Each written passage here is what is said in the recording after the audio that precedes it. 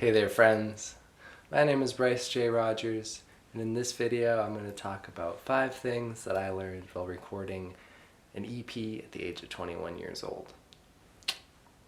This video is based off of a blog that I wrote and published on my website.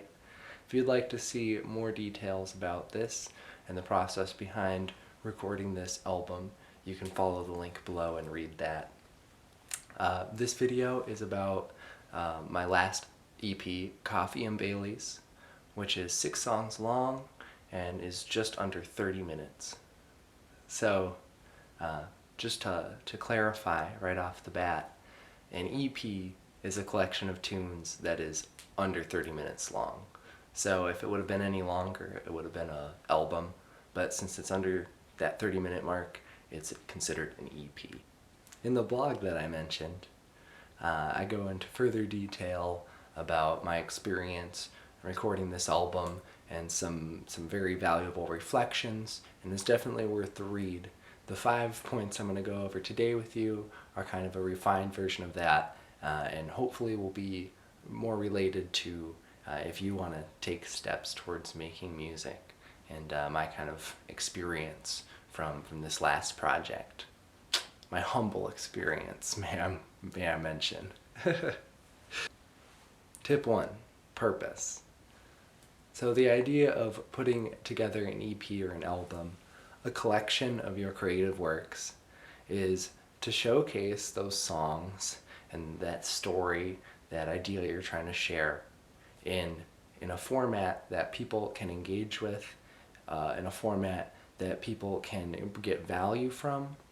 And so the idea here is when you make an album or an EP, you want it to be purposeful. You want it to be something that people can interact with and find value in. So in my case, I've written many songs, but for this last EP, I picked 6 songs that kind of went hand in hand. I wrote them in a very short time frame, and they all were kind of a continued conversation piece. And so it fit that purposeful concept for me.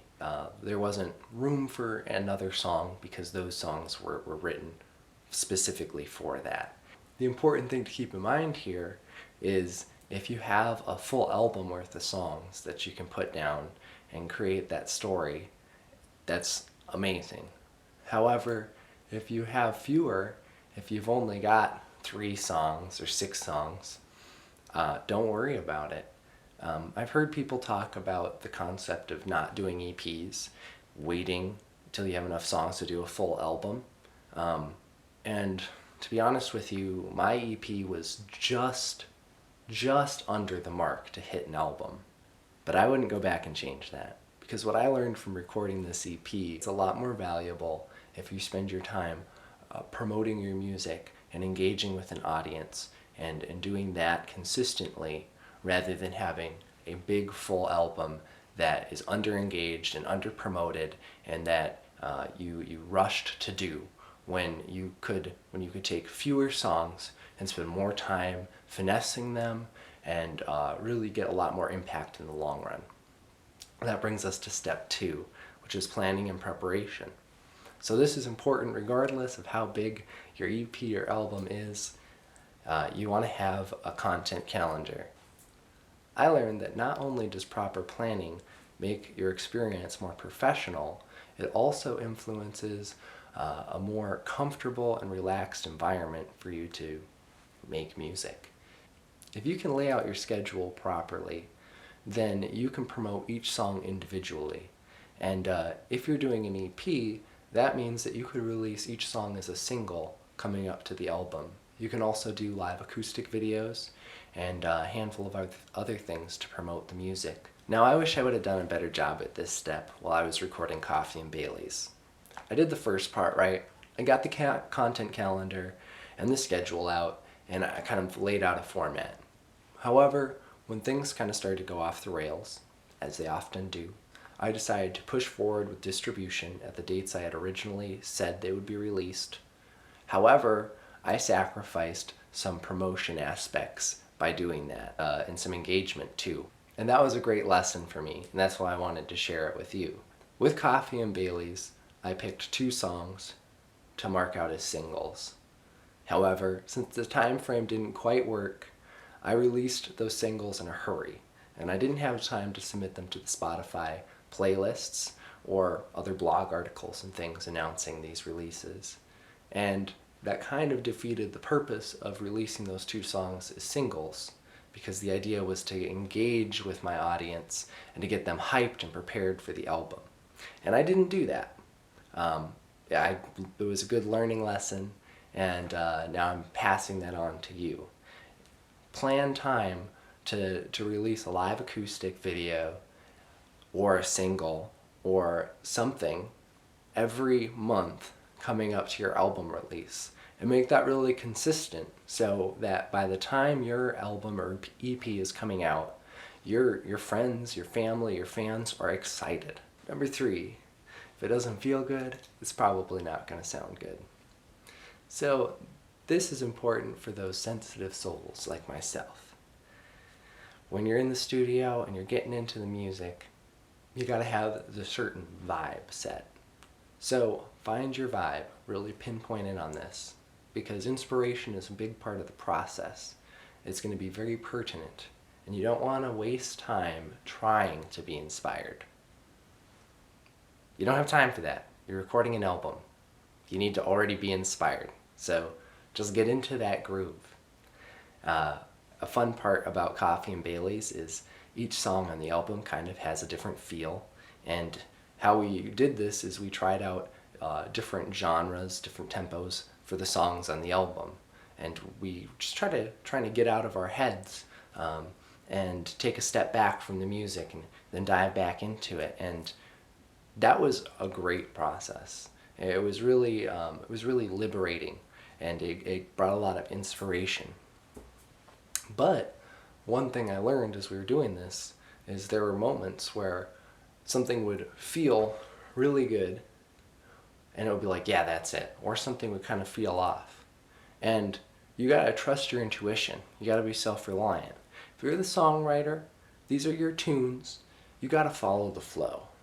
It's really good to take input and get people's feedback, but you gotta trust your gut, for real.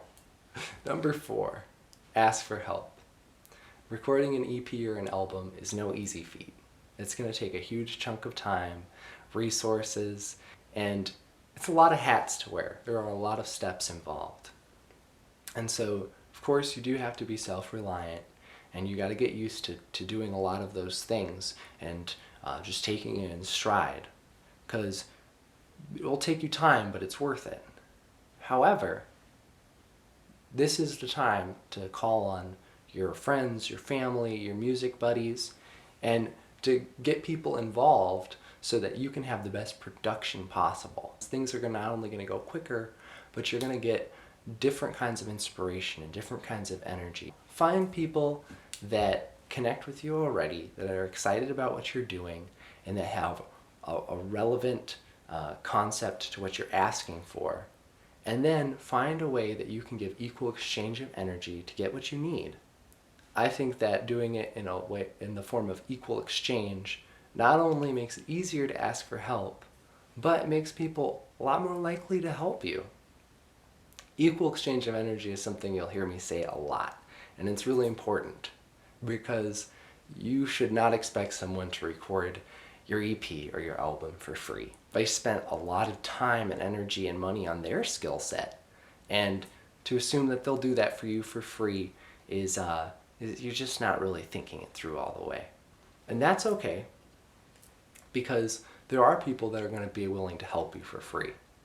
And if someone is, that's wonderful. And you should definitely nab them. They're keepers. But don't take advantage of that. Make sure you're giving back. And that way, your project will be as successful as possible. Number 5. Inspiration versus dedication. So we're creators, songwriters. Us artists, we need to be inspired, right? It's what we thrive off of. However, when you get into the grind, when you're making an album and you're spending long days. There's going to be obstacles, there's going to be road bumps. There's going to be times when people don't show up when they're supposed to. Not only does it affect your schedule, but it affects your budget. There's going to be things that break. And again, it's going to affect both those, schedule and budget. You know, a lot of stuff can go wrong. And when this happens, you just have to be persistent. When things aren't exactly going to plan, don't stop. You know, like I said before, I stuck to my release date. And it cost me a little bit to stick to that release date.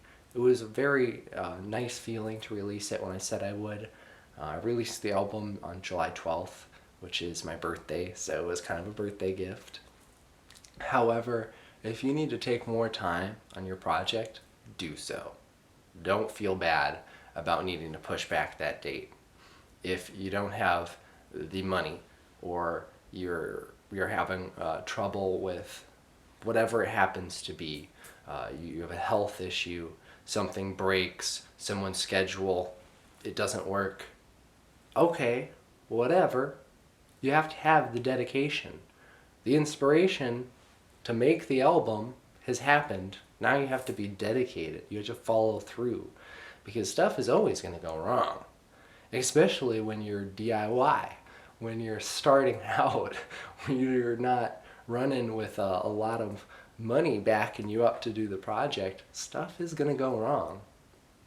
So be dedicated, be persistent, and know that it's worth it. Remember the things that made you inspired in the first place to write the music and want to share it with everybody, and then stick to those things. Keep doing them. If you like nature, then make sure during your recording process you're getting out in nature, like every day. You shouldn't stop doing the things that keep you inspired because you're in the studio, because you'll burn out so quick.